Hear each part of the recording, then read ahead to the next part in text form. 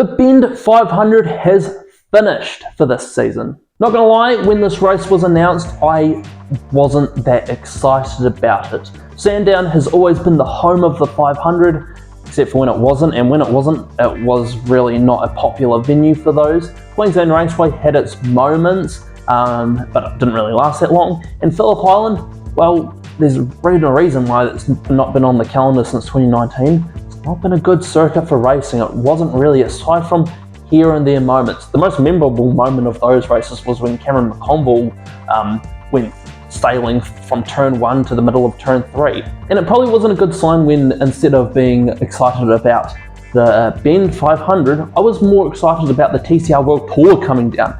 And those two races did not disappoint, especially the first one. So 102 laps around the Bend Motorsport Park. How did that go?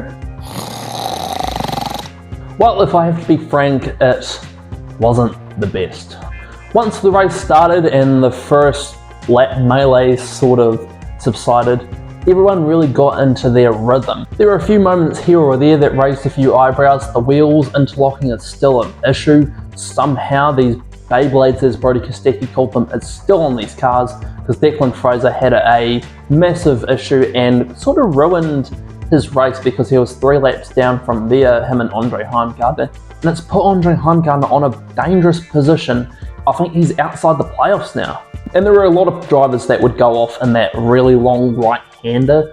I know Cameron Crick did because he and Craig Lowndes came into contact.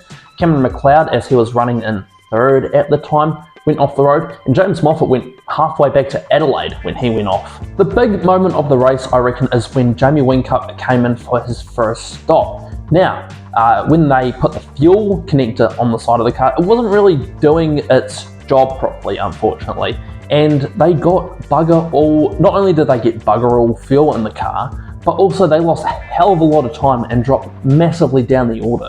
This would inadvertently, by accident, put them on the 4-stop strategy. Now, there were 2 strategies at the time for this race. There was the 3-stop strategy, where you pit early, take your co-driver out, pit again for the final stint home, or you do the 4-stop strategy, where you have fresher tyres.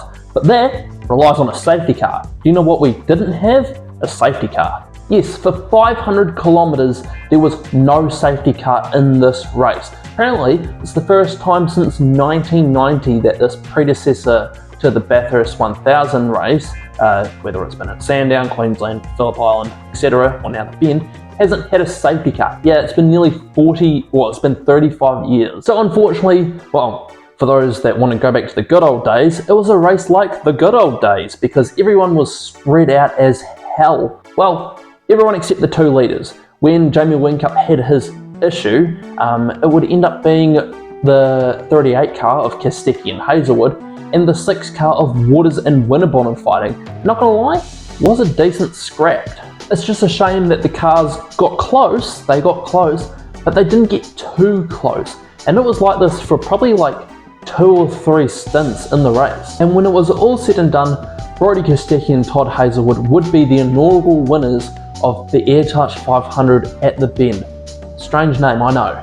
For Todd Hazelwood being a South Australian boy, this would be a very special win for him, obviously, with South Australia hosting the Bend.